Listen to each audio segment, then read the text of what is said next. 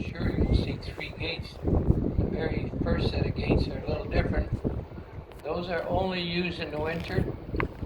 They're called ice gates, not ice skates, ice gates. And those are used to protect the gates we're using right now from any damage from the ice that may form in the river. So there's the gates for protecting the gate. Then there's two sets of gates. One is active and one is on standby just in case. So you'll see us go by the three of them. Then we'll go by that safety boom you got there.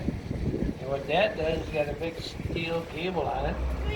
And we had hoped that if a vessel got free, that cable would stop the vessel or slow it down so it wouldn't do any damage to our gates. And then just past that on the wall on the right, great big long measuring stick. And you will see that there's 33 feet of water under us. 33 plus 21. That sounds like about 54 feet to me. And you can look on the marker there, or the measuring stick, where the 54 mark is. That's how high we're going. So reality says that gate in front of us, the water is only a couple feet down from the top. Okay. Once again, please stay seated. We're going to do our lines and secure the vessel. Thank you.